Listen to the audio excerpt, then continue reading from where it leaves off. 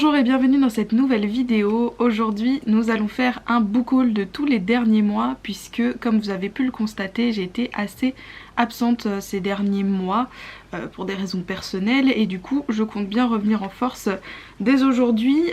Voilà, donc je vais vous montrer tous les petits livres que je me suis offert entre temps, sachant que comme je vous en avais parlé vers la période de Noël j'avais décidé de faire un challenge, bon peut-être pas no buy mais en tout cas réduire ma consommation de livres, ça c'est sûr, réduire mes achats en tout cas, pour pouvoir financer un tatou. Voilà, c'est fait.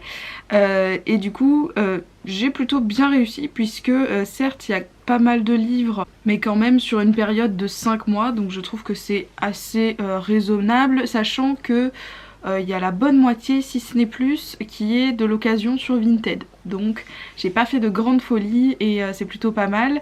Et du coup on va commencer tout de suite avec le tome 1 de Nevernight de J. Christophe. Donc je les ai tous pris les deux Saxus en relié parce que autant je sais qu'au début il y avait quand même une grosse différence de prix entre le brochet et le relié, notamment avec le prieuré de l'Oranger, mais là maintenant je trouve que c'est beaucoup plus accessible les reliés. Vous avez entre 2 et 5 euros de supplément pour avoir une version quand même beaucoup plus sympa, beaucoup plus costaud et puis voilà, avec des détails qui tuent. Donc là on a ce petit dessin en relief, voilà, tout métallisé, sympa comme tout.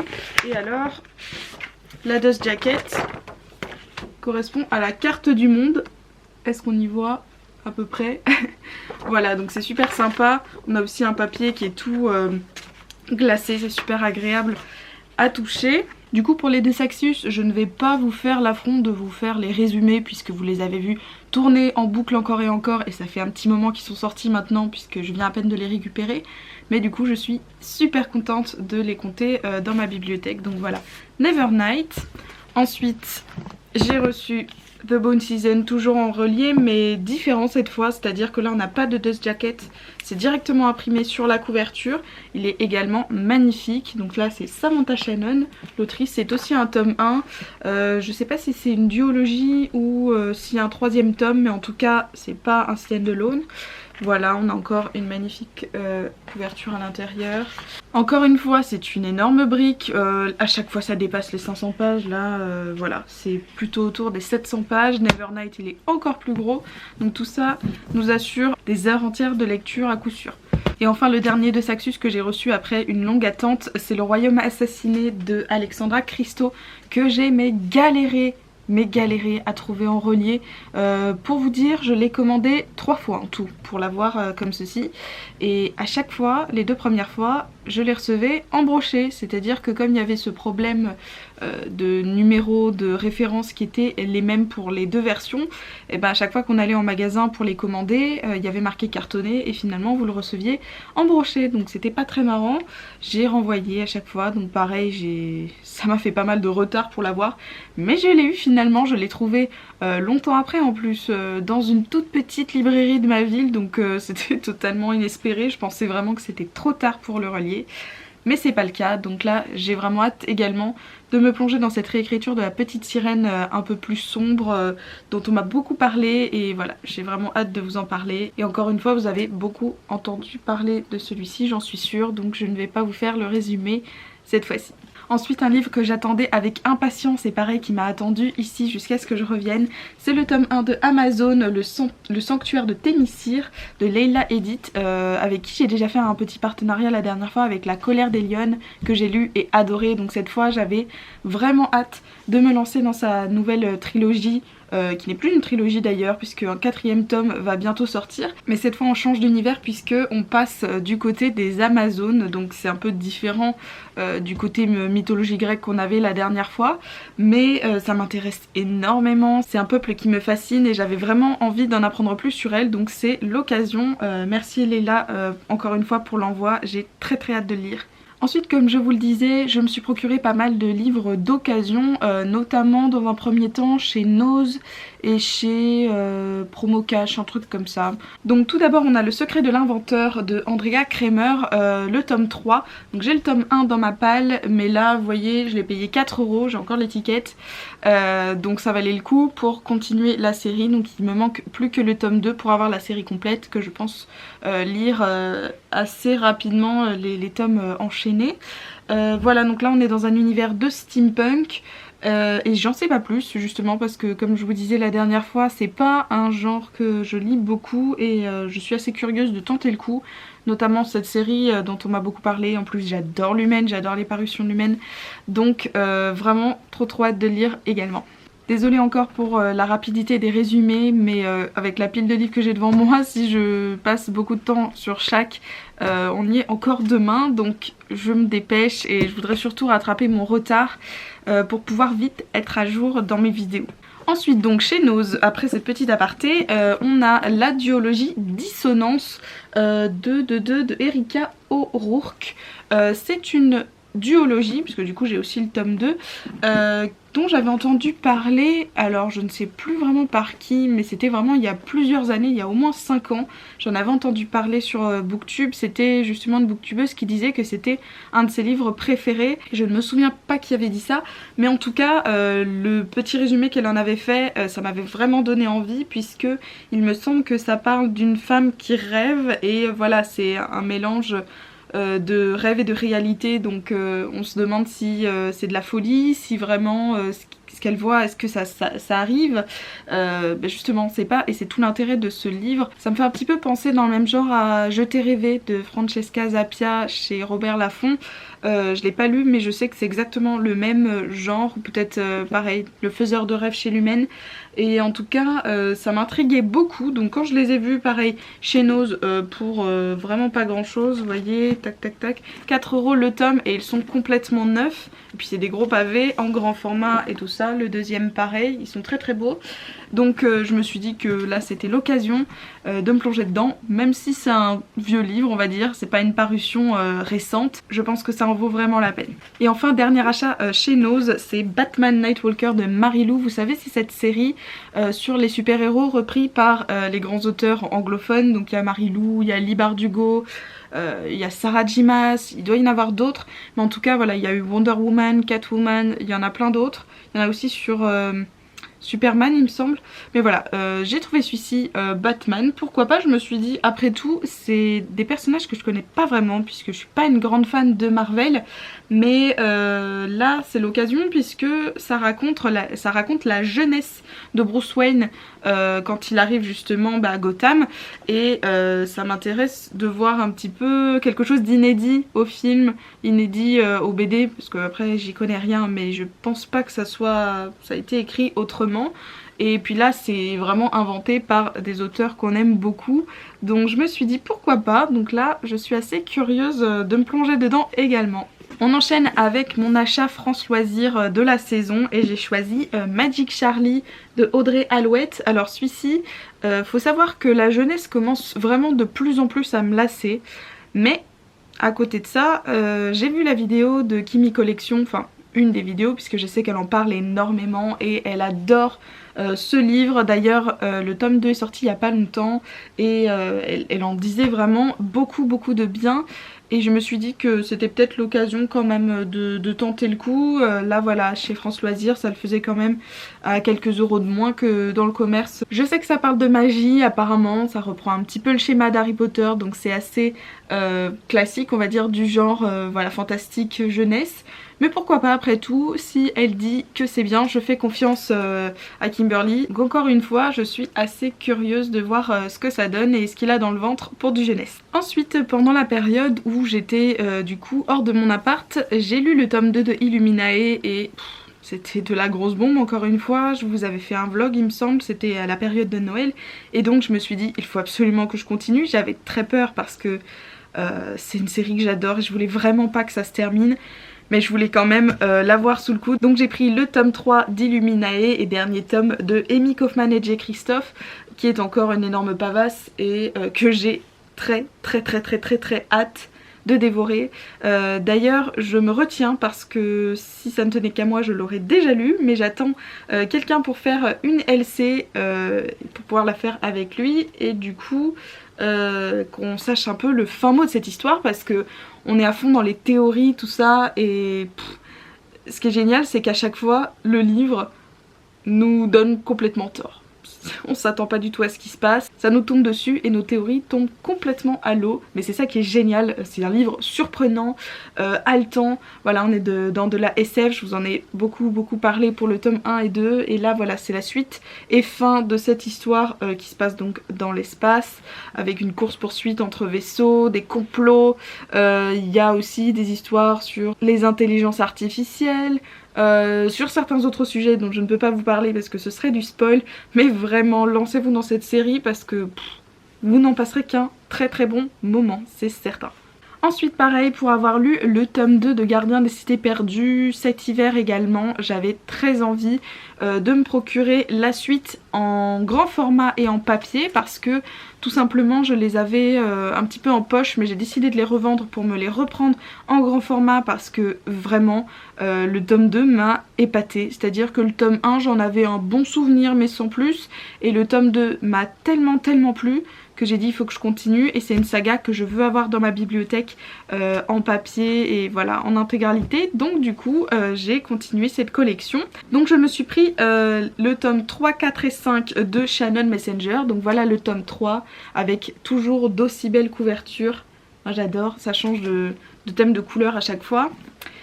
Le tome 4, Les Invisibles, en vert cette fois.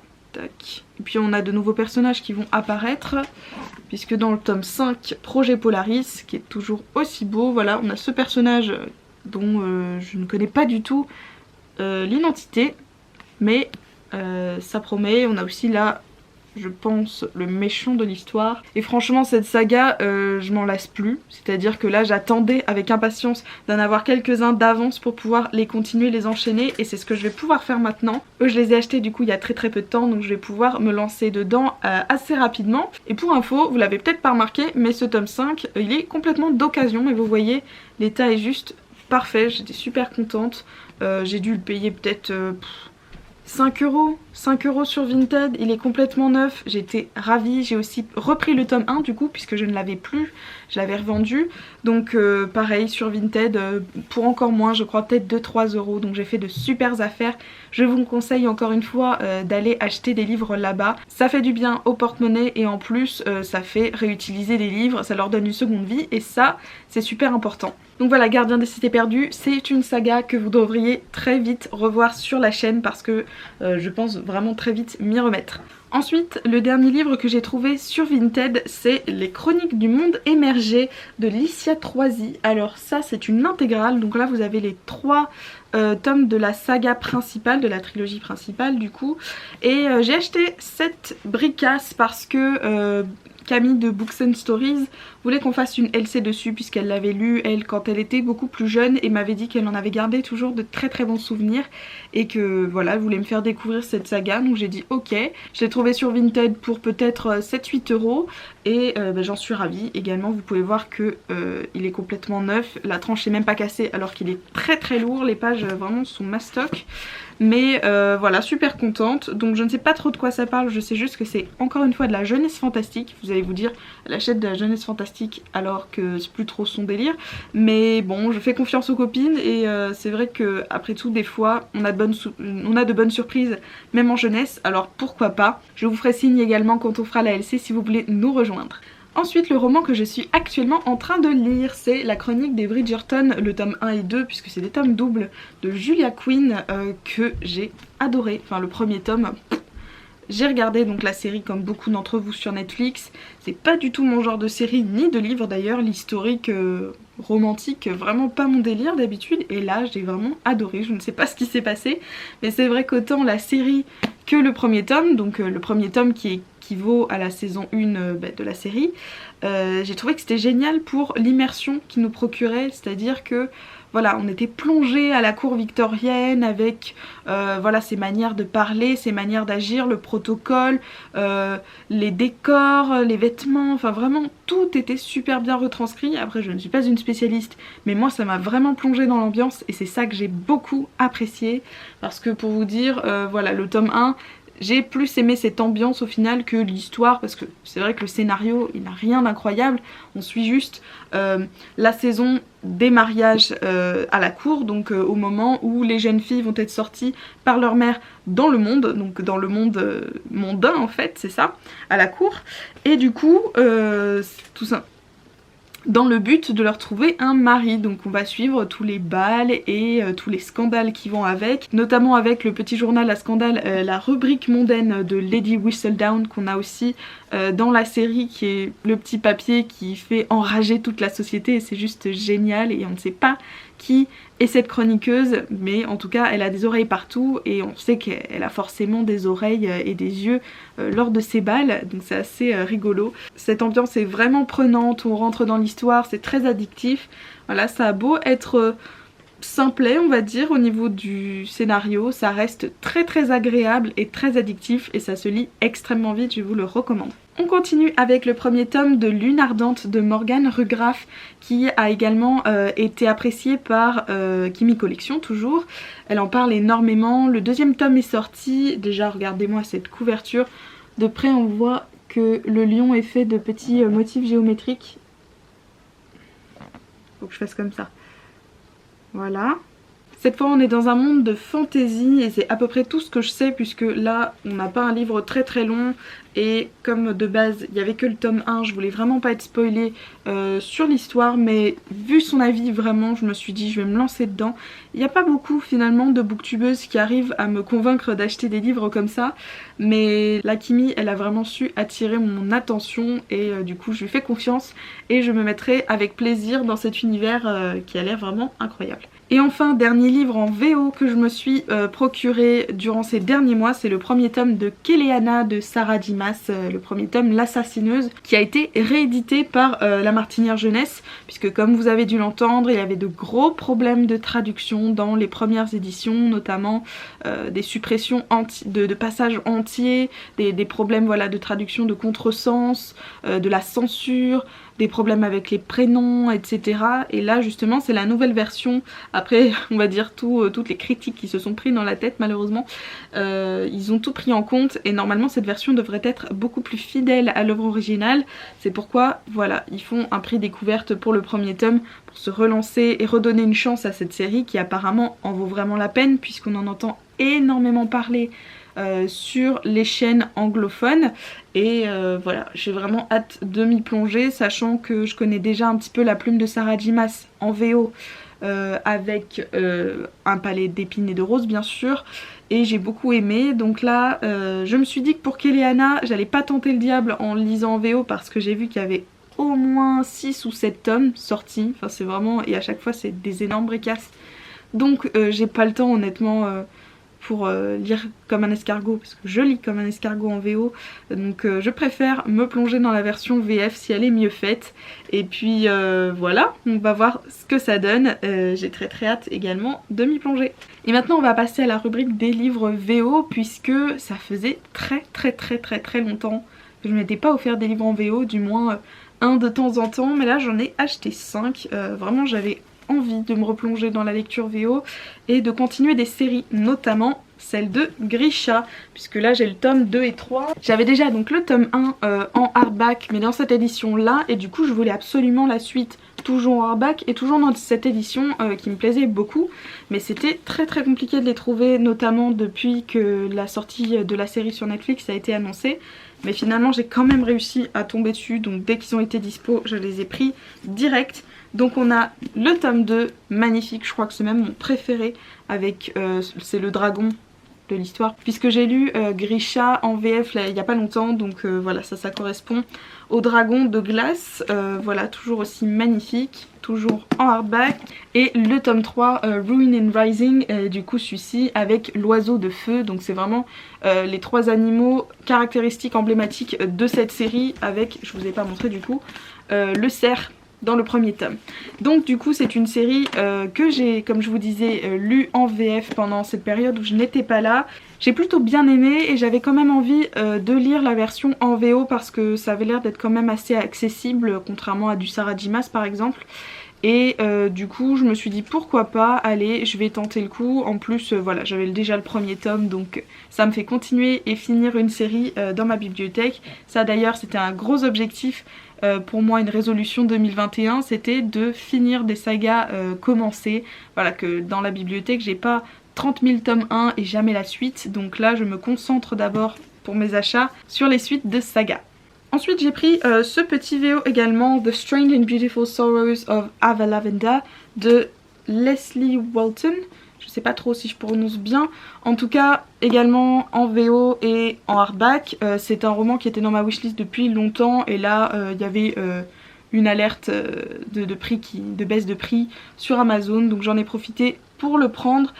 Ici on est dans un monde fantastique où une jeune fille va se retrouver dotée d'ailes et elle va être du coup plongée dans l'univers de ces créatures ailées, un peu à la manière de Gardien des Cités Perdues, vous voyez, où elle se retrouve plongée dans cette société qu'elle ne connaît pas, qu'elle va devoir apprendre à apprivoiser, également ses nouvelles aptitudes avec ses ailes. Et ça promet d'être franchement sympa. J'ai pas très envie d'en savoir plus puisqu'il est assez court, mais en tout cas je voulais depuis longtemps et là c'était l'occasion parfaite. Ensuite on a le roman Den of Vipers de K.A. Knight qui lui est un roman dont j'ai beaucoup entendu parler sur le compte Insta de La Puissance des mots. Elle est complètement fan de ce bouquin, elle en parlait pendant des semaines et ça m'a donné envie, alors que pareil c'est un genre que je n'ai jamais lu puisque c'est de la dark romance. Donc un truc assez sombre pour le coup, je crois que c'est une espèce de harem si j'ai bien compris, mais avec beaucoup de violence, voilà, dans un univers de gang, enfin vraiment un truc assez sombre, mais bon après tout moi j'aime bien aussi ce genre de truc dans les séries, donc pourquoi pas. Je m'étais dit que si elle en parlait aussi bien c'est que vraiment ça devait en valoir la peine.